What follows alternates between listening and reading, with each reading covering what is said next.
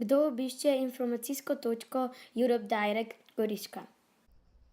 Na našo točko Europe Direct Goriška prihajajo večinoma dijaki, študenti, lokalno prebivalstvo, upokojenci, tudi otroci.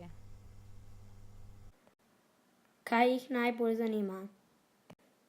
So splošne informacije od Evropske unije, katere države so, odvisno od starosti. Otroke najbolj zanimajo značilnosti držav, simboli, zastava, himna. Je bil kakšen dogodek namenjen otrokom?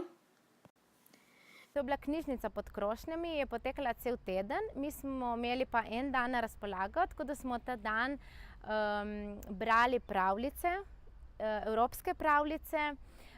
Ob tem smo spoznavali junake, imeli še delavnico Evropske unije. Brali smo iz zbirke finske pravljice, iz zbirke italijanske pravljice. To bolj za večje otroke, osnovnošolske, ker so tudi pravljice malo težje. Za one majhne otroke pa smo brali Ostržka, Malo morsko deklico. V oktobru načrtujete delavnico robotike. Zakaj?